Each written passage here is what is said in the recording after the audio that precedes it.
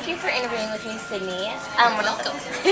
One of the first questions I want to ask you is just basically give me a little anecdote of the experience you've had and how you ended up here at CBS.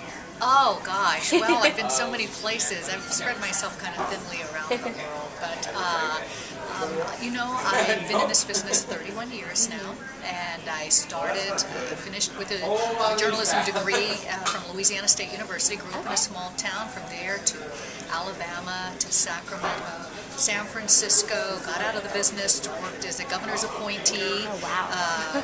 Got back in the business, worked at Channel 7. Went overseas for a little while.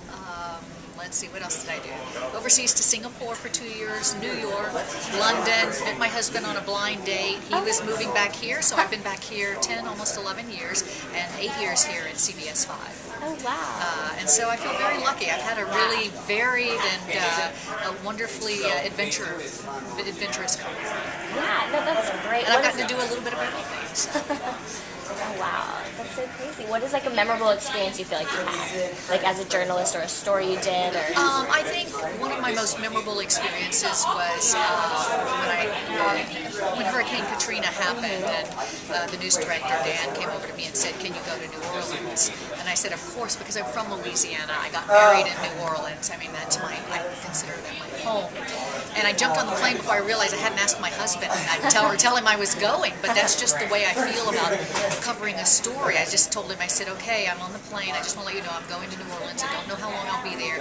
I'm traveling with photographers and reporters. I don't really know them that well, so I hope you don't mind if I'm going to be living in an RV for a week with four men I don't really know."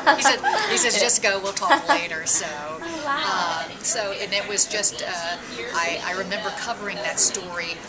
Within 2 hours of getting into New Orleans and talking our way through the police lines, being in a boat with a police officer, sheriff's deputy, and we were in the flooded area of the Lakeview district, and I thought, am I going to throw up, or I'm in such shock I couldn't even talk while he talked, and we were looking for people who might be in houses, and I just thought, how am I going to be here for a week talking about people that I consider my family and my friends and my home, and so I was just almost paralyzed, and I managed to get over it. But it was it was an experience. It was very, very hard not to be emotional during that time, and that's I felt like maybe if I can help in some way, this is the way I can help. So. Oh my goodness, that's so great. Now, what is and then I don't know if that is as a memorable experience, what would be a favorite story that you've reported on or followed through? Or one of the things that I've done that I don't think a lot of people have ever done, I got a chance to climb to the top of the Golden Gate Bridge, and when I say climb,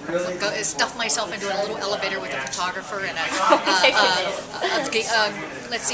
a bridge official, go up to the top, and then there's another little part that you can climb a ladder to the very tip top, and he said, "We're not supposed to let anybody do this." He says, "But I'm going to be looking at the scenery over here if you want to go," because I just wanted to see how high I could get.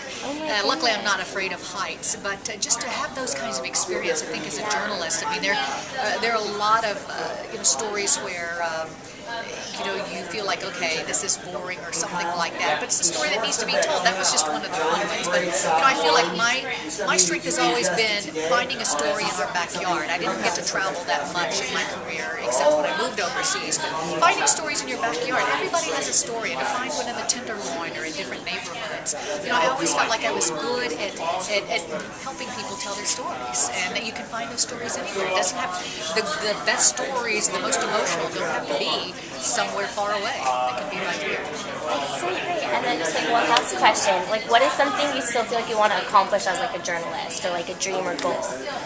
I think as a journalist, I think more and more I'd like to do some sort of teaching, that I feel like that I have a lot of skills and experience that I can pass on to someone else. That and maybe write a book about my experience and about the values that I was taught growing up in a small town that, enabled me to talk to, princes or paupers, rich people or old people, or young people or poor people. It's just, I've had a wonderful adventure, and even the missteps that I might have had along the way, I always learned something, and I always was able to recover. And I think that I'd really like to find a way, in some form or fashion, to share those experiences with students coming up. Maybe they won't make the same mistakes I did, or that they can, move along the ladder faster. But as long as they have that energy and curiosity, can I instill that in them? So I think somewhere along the way I will be teaching. Oh, wow, that's so great. That's so great. Well, thank you so much for doing this with me. You're welcome. Answering my You're questions. welcome. Thank you, Nika.